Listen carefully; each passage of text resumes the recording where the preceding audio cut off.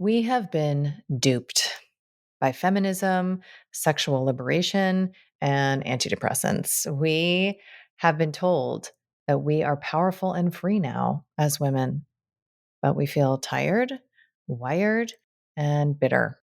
We're mostly eating right, exercising and meditating, wrangling to do lists, and arranging playdates. And yet there's a haunting hollowness beneath the huge complaints. What if I told you that there is a huge storehouse, a reservoir of energy inside of you that has not been tapped, that you could feel light and pulsing, excited and alive in ways that a wellness lifestyle cannot deliver, that you could trust yourself, that the world could feel safe, and that unexpected and expected delights could start to illuminate your path. No coach, therapist, doctor, or guru required. Just you learning to get real, present, and attentive with you. I feel like I'm here to matchmake your inner parts for the greatest love affair ever written. I want to help you learn first where you're buying eggs from the hardware store, which is the source of all pain. I want to help you master entering through the upset, which is the only spiritual practice you'll ever need, and to get real comfortable putting on your villain crown, which is, in my opinion, the key to true power. And then you'll attune to your inner yes so you can live the life defined by the specific pleasure of who you are. I am so excited to announce my latest book called The Reclaimed Woman, which is available for pre-order now. So if you head to the link in show notes, you can learn more about bonuses, events, and companion offerings. And I cannot wait to see your gorgeous face on the path.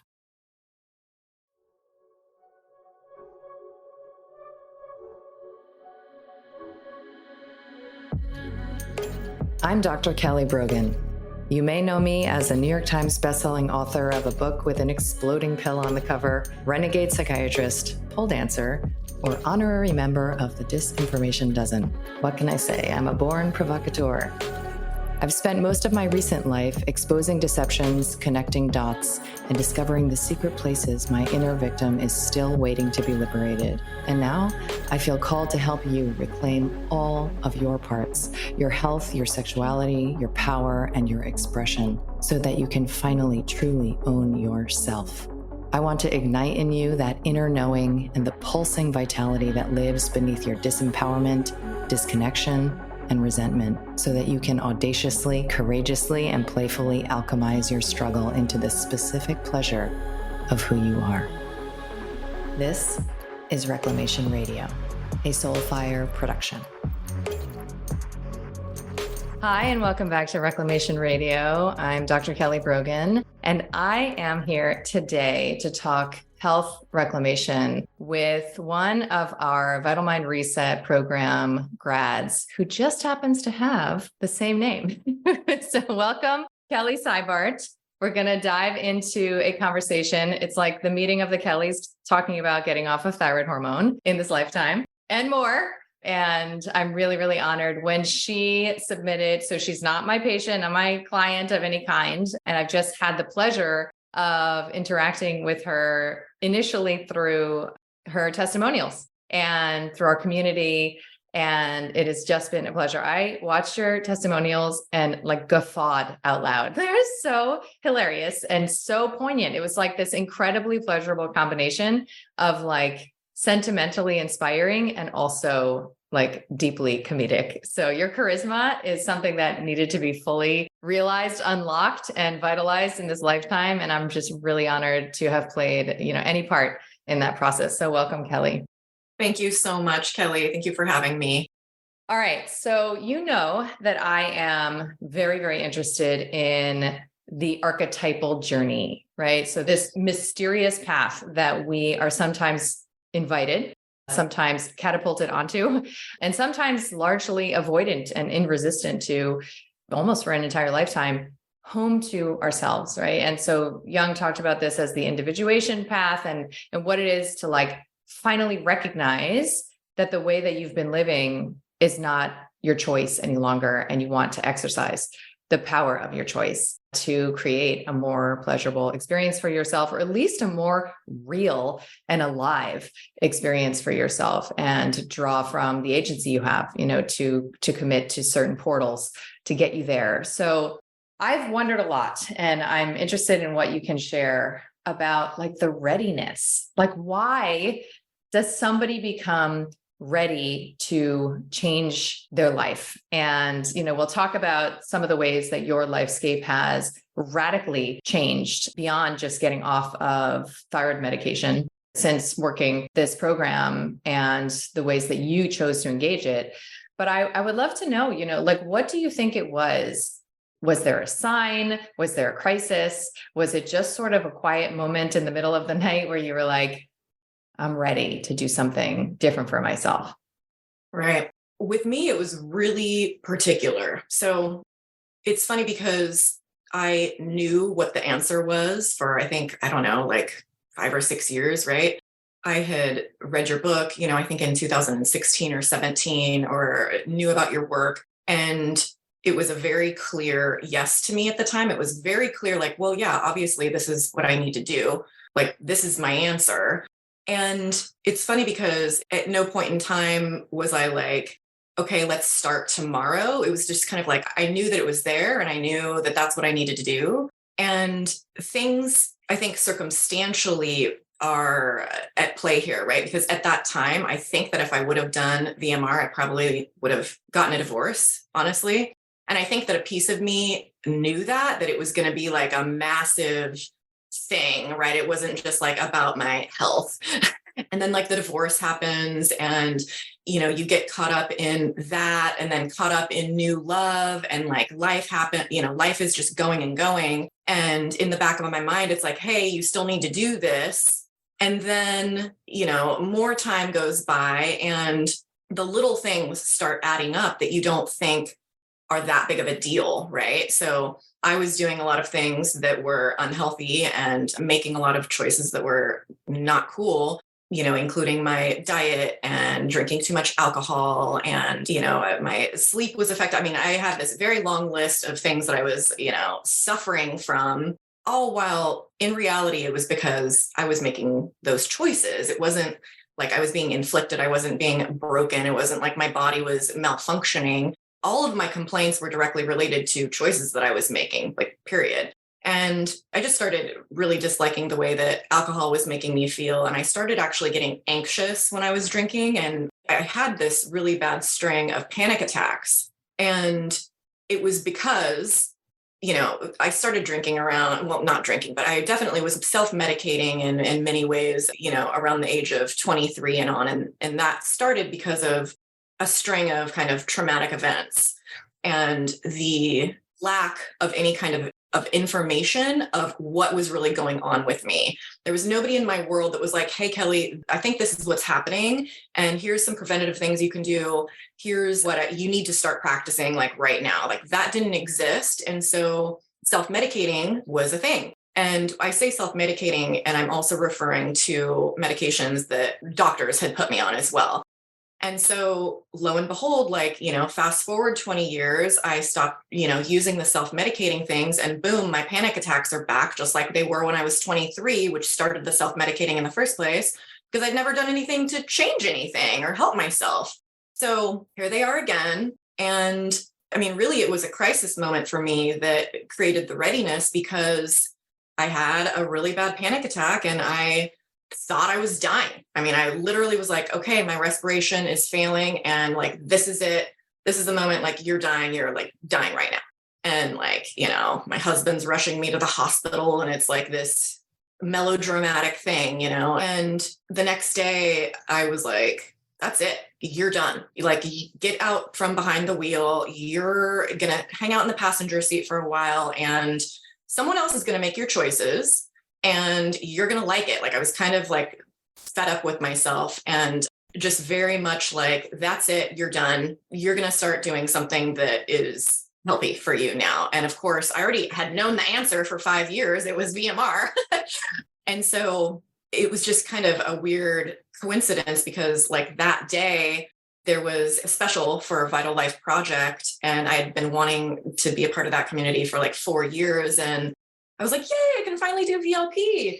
And then like the next day after that, there was a thing for VMR, and it was just very synchronistic and like meant to be. And I didn't really have time to even think about whether or not, I mean, it was just a very clear yes, like you're not going to make your choices anymore. You're done. Like you don't get that. And VMR is going to make the choices for you for a while. So sit back and do what you're told. Like it was So there's almost, yeah, I love hearing about this because there's almost like the meta choice that you're making is to participate, right? So you are making right. a choice almost, I've thought a lot about, what is the role that I play in this container because of the outcomes that we've seen. It's like, clearly it's not because of me doing some magic in there. I'm not even involved. We never even met, right? So what is actually happening? And sometimes looking at my own path, I think, well, we have a moment in our self-maturation process where we choose the good parent, right? Like we choose the good mentor, if you will.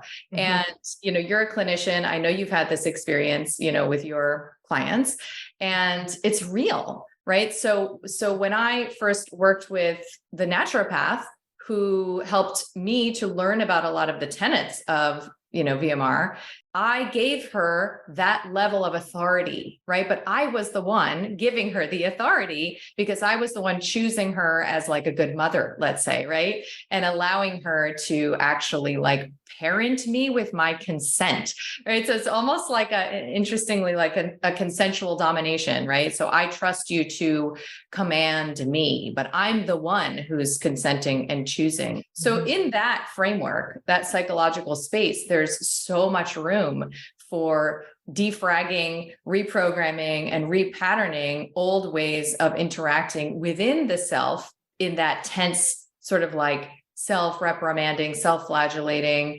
self-punishing sort of energy of like kind of hoping to do better, but like failing, right? So we get into these kinks of like stuckness. So once you decided to do it, there are many, many people who invest in, programs who never do it, right? So it's more common than not, but you decided to do it. So even though you were saying, I'm just going to be told what to do, I'm going to follow orders from a trusted source, at least a source that feels trustworthy. Right. You actually were the one executing, right? You actually were the one following through, and you actually were the one engaging. So what was that like? Was that difficult? Did you waver? Did you have to like whip yourself into shape, or did it just, become what I call chopping wood, carrying water? Like just sort of like, okay, today we'll do this, tomorrow we'll do this, like very basics, keep your gaze like just a couple of feet in front of your feet. Yeah, I was definitely chopping wood, carrying water. It was actually really easy for me. I didn't struggle at all with the like, you need to do this and don't do this part of it. And I think you touched on a really important thing, which is like, at least for me, I immediately believe the things that people tell me who I trust, right? Almost maybe to like a fault, I don't know. But so I came into it in a very like trusting way. But it's because of the way that you lay things out, where you actually explain why you're doing things and why you're not doing things, which I think other programs don't really do. Like, tell me why I shouldn't eat gluten. And what does that have anything to do with my mental health, right? And so the explanation is all there. So you know exactly why you're not supposed to do the things that are on the, no list, and then how the things on the yes list actually help. So with that explanation, I can put intention behind it, and that makes it so much more powerful. But for me, just doing the program in general was very like, I don't know what you would call kind of type A around stuff like this. I don't know. It was like once I made the commitment, there was no room for messing around. I mean, I did everything exactly like to the T, like by the book. And that's for my own like satisfaction of it, right? Because otherwise I'm like, well, if you don't do this or whatever, I just didn't want to have that wishy-washiness in my head of going, well, could it have been better? Or, if I didn't have the outcomes, like, oh, is it because I did that one day? No, like I didn't want any of that chatter. So, I mean, I totally stuck to the diet. I mean, even to the point where, like cacao is okay, on occasion. And it was like, no, no cacao, no chocolate, no turmeric lattes. Like I'm drinking water, nothing but Berkey water. I was hardcore about it. Stuck with the meditations. I increased the meditations, did all of the journal entry and writing a couple times each. So I was very in it and enjoyed being that way. Like it wasn't a chore. It was so enjoyable, like going through the motion every day and having my list of things I wanted to do was exciting. I thought it was easy to commit to it, frankly, but maybe that's just because of the headspace I was in. I was done with myself. So it was like refreshing to have somebody else be like, do this today. I'm like, thank you for the love of God. I love that. And I think too, a lot about, because I am constructed similarly and have, ease in creating what I would call masculine containers and structures for myself, exercising discipline and sticking to things and following through. However, I've also been exploring recently, like, what is the feminine complement to that? And what I've come to is like, I just made eggs for myself, right? And sometimes I would put the pan and the little bowl that I ate them in the sink and like deal with it later, right? However, I've come to this sort of like self-devotion through the relationship to my future self, right? So like, how do we behave and choose to behave now that is a devotional practice to the future self, right? Like, I'm going to wash the dishes now out of love for my future self, right? So it sounds like there was some combination, because otherwise that like rigidity can feel punitive and set you up for the familiar experience of delicious failure, right? Where you're like, oh, see, I couldn't do it again. Nothing works for me. And that whole victim story can emerge almost like you wanted it to, right? But instead, it sounds like there was this like, I'm going to create the conditions for myself that are going to feel good, feel best on the end of this, like the other end of it, so that I can look back and say, that was an experience that I really co-created. So I love that. It's like a helpful, very helpful nuance. So tell us what happened, tell us, you gave us a picture of sort of the before, right? Where you were in this place of having actually like, what could be referred to as like clinical symptoms, right? Of panic. And anyone who's experienced, what could be described as a panic disorder, panic attacks, panic related symptomatology, know that it's one of the few things that can bring you to the brink, of your own self-betrayal very easily, right? Like straight to the emergency room, straight to the Xanax or Klonopin. And so I wonder if you could sort of describe, right? Because the program's 44 days. There probably shouldn't be any like major miracles happening in 44 days, although I see it with regularity. And honestly, I'm sort of shocked every time. And there's like, a numerology. Obviously, many practices are 40-day practices. There's something to, that time window that is also enough, to sort of make a shift, to lay new snow on the mountain so you can ski new tracks, rather than the same old ones. So help us sort of see and experience what it was like for you on the other end. Right. So, I was very uncomfortable, like day-to-day life, right? On top of anxiety, it was like depression, major sleep problems. I wasn't sleeping pretty much at all. If I would have gone to the doctor, I would have for sure been diagnosed with irritable bowel syndrome. My guts were constantly wrecked. Mood swings, anger outbursts. I was just not okay. And did VMR. And, it's funny. It's like almost immediately I feel, better, honestly. By the end of the 44 days, none of the things that I just listed off were happening anymore. I'm calm, definitely, I haven't had a panic attack since before I started VMR. And all of the things I just listed are gone. So my stomach is completely fine. There's no stomach issues. My sleeping is rock solid. I go to bed at 9 every night. I sleep completely through the night, wake up happy at 6 a.m. with no problems. I'm not hitting snooze for 2 hours anymore. My mood is just very like even keyed. I'm high, like way higher energy. I didn't have any motivation to do anything, and my productivity was low just on a day-to-day basis. I was just kind of lounging around the couch because I didn't have enough motivation or energy to like do anything, like the dishes even. So I, now I just get like lists of things done every day. And it feels good because it didn't feel good to be that way. I always was feeling bad about myself. So yeah, just everything feels different. There's no, mood swings. I deal with stress differently. it really isn't. I think I was just in such a kind of acute place that just a little bit of something would really, wig me out. And so now I can handle like things that should be stressful, and it's kind of like no big deal. The thing about VMR is that you get a massive perspective change, which is difficult to describe unless you go through it. So it's the way that you look at all of these things, getting into that whole victim mindset is massive. I could complain about how no doctors told me exactly what to do before this. Like, wow, this would have been nice to know a long time ago. Thanks. Like, did anyone care to tell me I should stop drinking whiskey? But of course, that's that victim mindset, right? Like, I knew what to do 5 years ago. This isn't on them, So I think I'm like projecting a little bit there, but yeah. So I things are just completely different. I'm even keeled. Everything's cool. Nothing really stresses me out.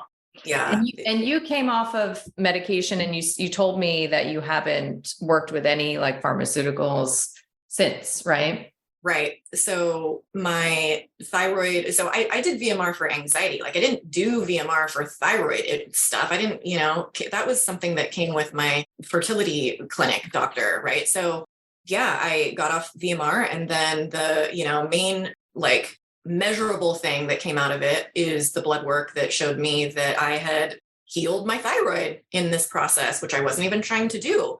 And then 6 months later, I retook the labs, and they were even better.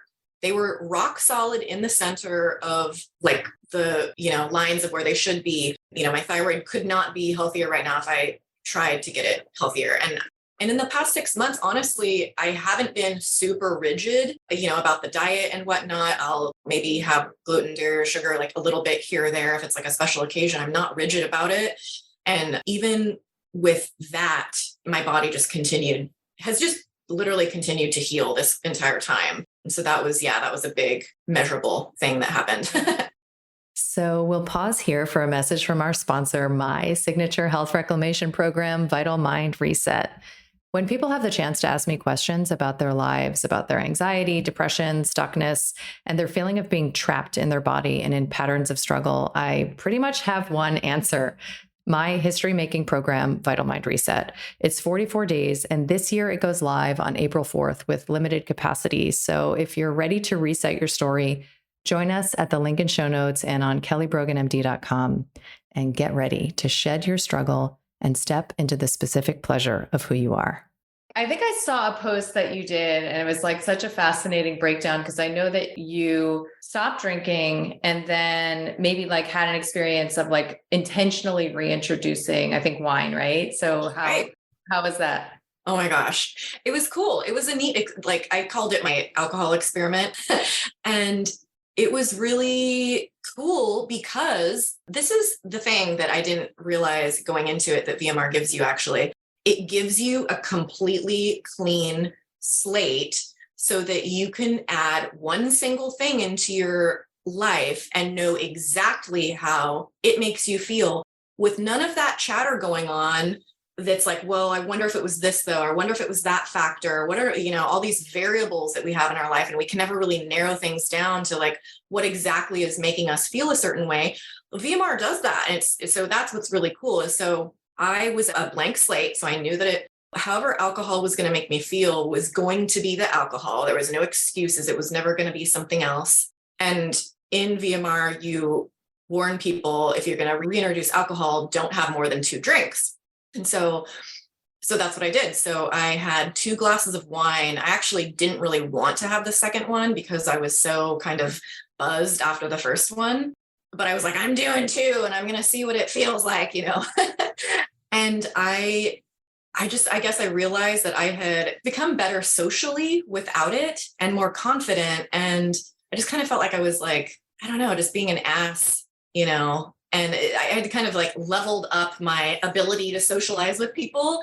And I saw a little bit of that trickle in again. And it was like, it made me self-conscious actually, which is like the opposite of what alcohol should do, right? The whole give you courage thing kind of went out the window. And I was all of a sudden like, I was just kind of self-conscious about what I was saying and how I was acting. And the big, I can go into all of the negative, ways that it made me feel, of course, for the following 2 days. But first, I realized that the whole hangover thing is not a next day thing. And I don't continue to drink because I like the way that it makes me feel, like in the moment. I actually continue to drink because the second I stop drinking, I start immediately feeling bad. So I'm not stopping because I'm prolonging the fact that I'm about to feel like shit for 2 days, right? So that was an interesting insight. I'm like, oh, I actually had it backwards this whole time. So that was kind of a cool insight. So yeah, as soon as I stopped, I almost immediately felt anxious. First of all, I was really kind of almost jittery. Within 30 minutes, the inflammation in me kicked in and my nose was completely stuffed up and my fingers hurt. I had like arthritis almost in my joints. And then, I woke up in the middle of the night that night, couldn't sleep for 2 or 3 hours.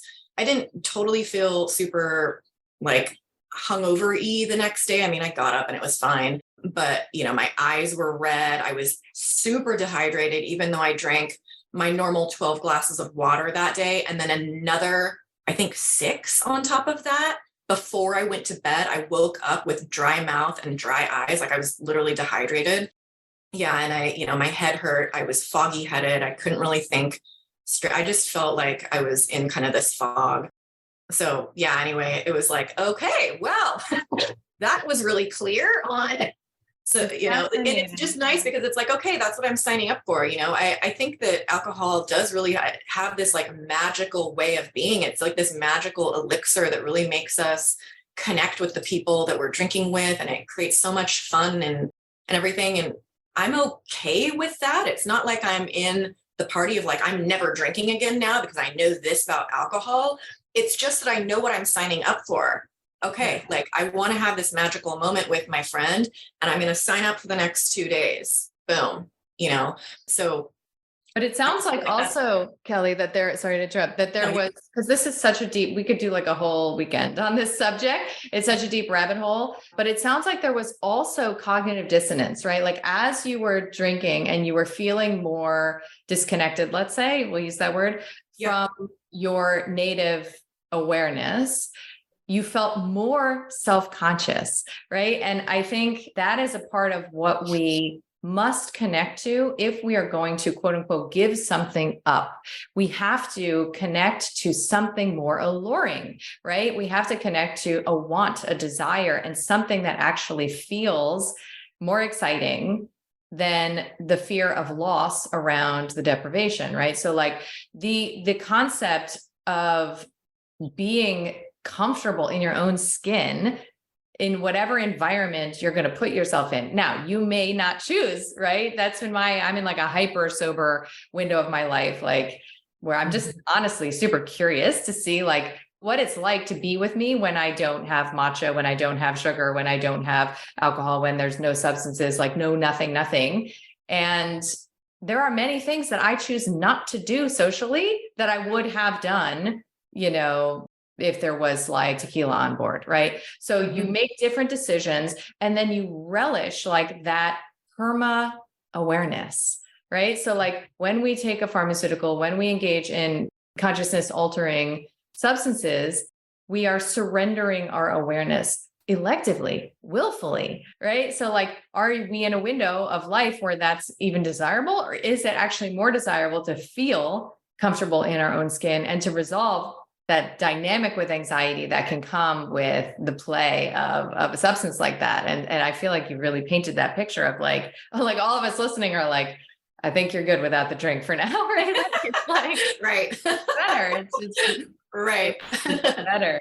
And I suspect, that this has been part of the alchemy of your coming into more erotic connection with yourself, what I would call erotic connection with yourself, which is right, like finding the spaces of, pleasure in your own beauty, in your own body, in your own feminine energy that might not have been accessible, of course, if you're living in this like white noise of like a self-medication and associated disconnection. So I think Totally. you have gone to a pole class. I think I saw evidence of that.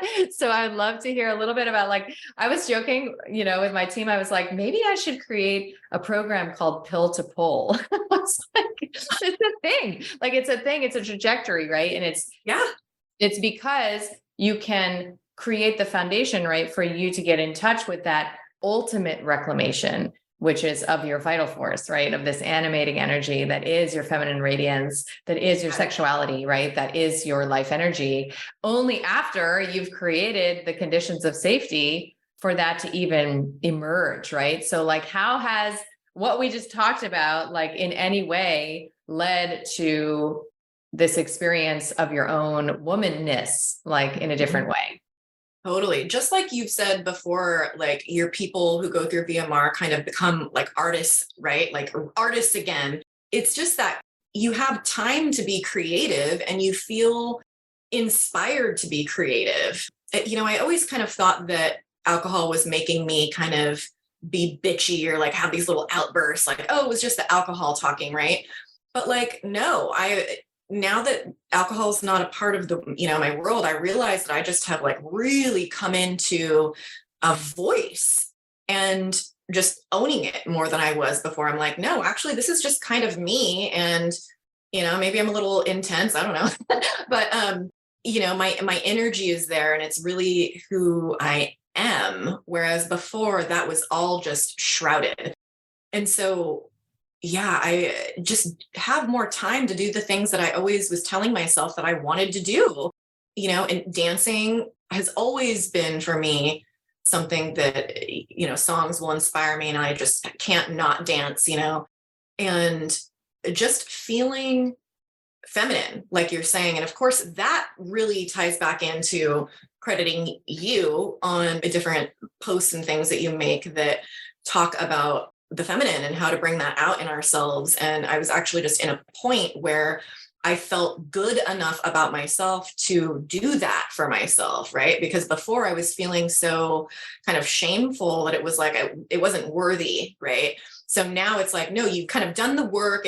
You're worthy of this now, and you can put on hair and makeup and go out with your camera and like do fun photography sessions and like just reclaiming that kind of like dress up thing. This isn't something that like there's a big girl version of the things that have always inspired us, and it just transforms when we're older and things inspire me now, and I actually get up and then go do them when I'm inspired. I don't just sit on the couch and wish that I was doing them, and taking a pole class is one of those things too. And it just feels so good to be moving around in a like very feminine way and having the okay to do that, where your muses in life and your people are like, hey, it's okay and here's why.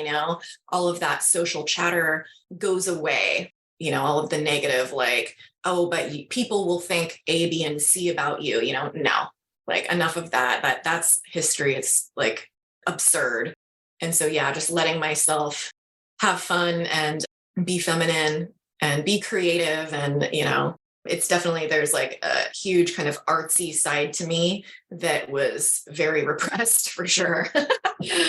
So It's like that reclamation of play, it can it's like you said with the big girl version. I mean, there's yeah, that inner child permission slip, to dance, to sing, to paint, yes, to create, yes, to want to perform, like when I right. make contact with my inner child parts, it's like this little girl in a tutu who's like, hey, I'm going to do a dance for you. Right. And of course, that's like my entire social media account. It's like, hey, I'm going to do a dance for you.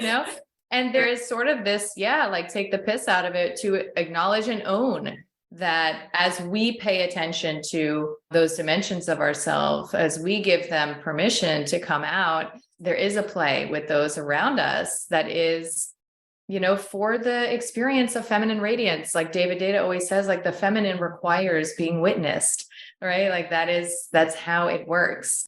And it is a seemingly archetypal journey, like home to the origins of what got somehow stuffed, into the shame closet.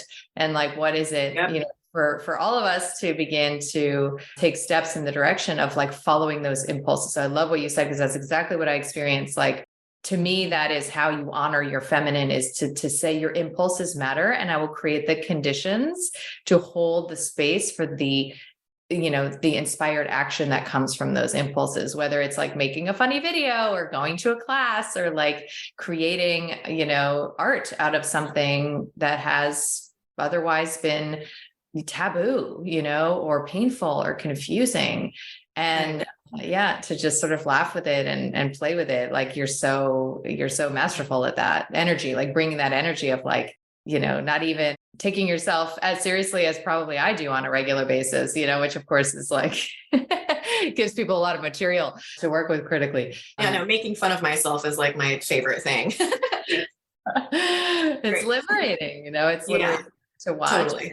And I just love like I love witnessing this in you and others, because it means that there's like a field for the collective, right, to step into. And that there's some reason that when we create a framework mentally, you said, whether it was my book or other materials that did that, right? Like a paradigm shift, like, oh no, this is the truth that feels good to me, right? Like I'm not broken. I can integrate. There is another story and another chapter for me. So you work with your mind, then you work with your body, and then you get to experience your spirit, right? You get to experience the energies that would otherwise be like inverted and corrupted and repressed. And in other, like in so many ways, like fueling like the patterns of struggle and suffering. Because, a lot of what Carolyn Elliott talks about is the ways that we get off on our own struggle, like literally bodily, erotically, like it feels good to be like, ugh,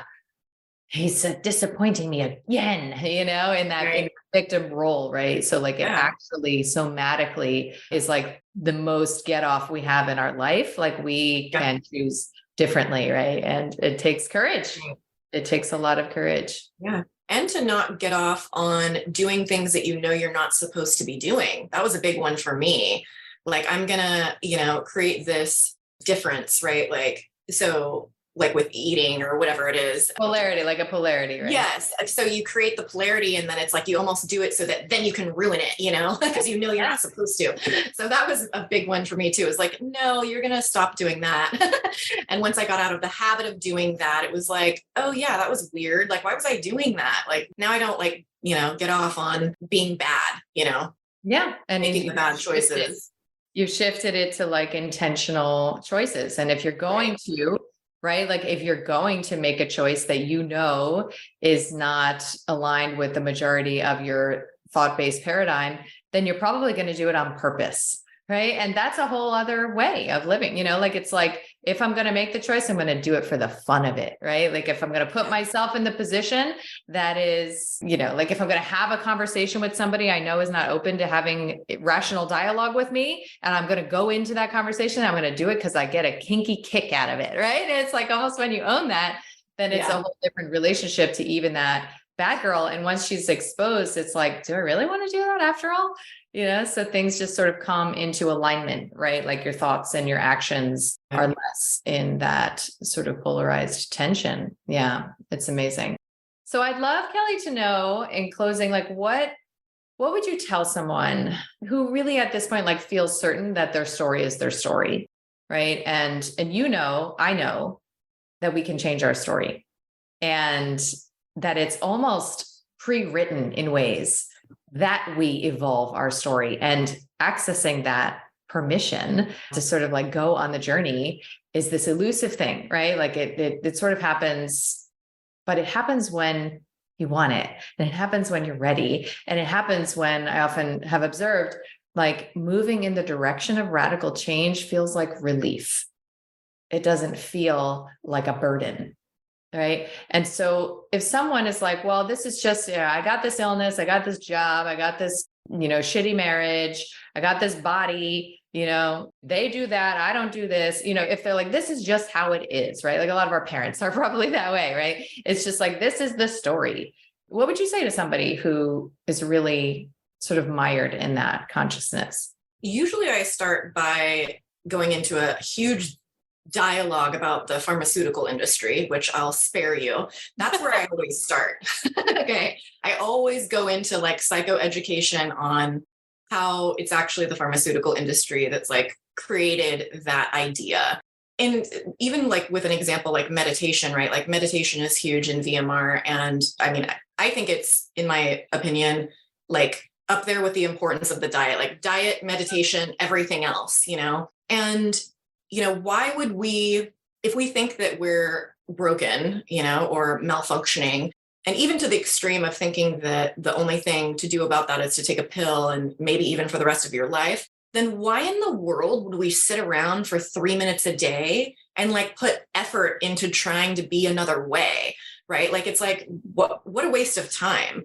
And so usually there has to be some psychoeducation around that of like, hey, actually meditation is for your mind what working out at the gym is for your physical body. This is the practice. This is what you do to get to the place that you're saying you want to be. So usually with people like that, they have a complaint, right? Like that's where with my clients, that's where I have leverage. Like, you're going to come to me and complain about something. Well, guess what? Like, here we go. Like, do you want a solution? Because I can talk about, how to narrow things down. I can figure out what the root cause is more than likely. I mean, I do with people every week. And so that's where the leverage is within the complaint. Like, what are we complaining about? What are we not happy about? Or what do we wish we were? How do we wish we felt? Do we wish that we're more calm or happier and more in control of our thoughts, less temperamental, less triggered by every little thing? Okay, well, do you want to hear my speech on this? Because I'm sure I've got one, so that's where the discussion lies is, their readiness is a separate topic, but at least I can start planting seeds. And when you take away I don't have control over this is just how it is, a narrative, then all of a sudden things get real fast. And that's where the readiness comes out or gets blocked, because it's like, oh crap, my choices can do something here and can affect this. So then it comes a question like whether or not they want to face that and then start moving forward into it, right? Totally. So, yeah, the taking of the responsibility, it's like hurts and it's scary. And it's like almost like nauseatingly level, like scary the first time you're like, oh, this is on me. This is actually and always has been on me. And I don't get to say this is happening to me. I have no choice. All of these phrases that like are in our daily vernacular sort of go down the drain of this reclamation process. And I love, what you're describing, because it's very soothing to know that there is a path, right? Like I didn't invent the archetypal path, right? Like it exists, it has stages.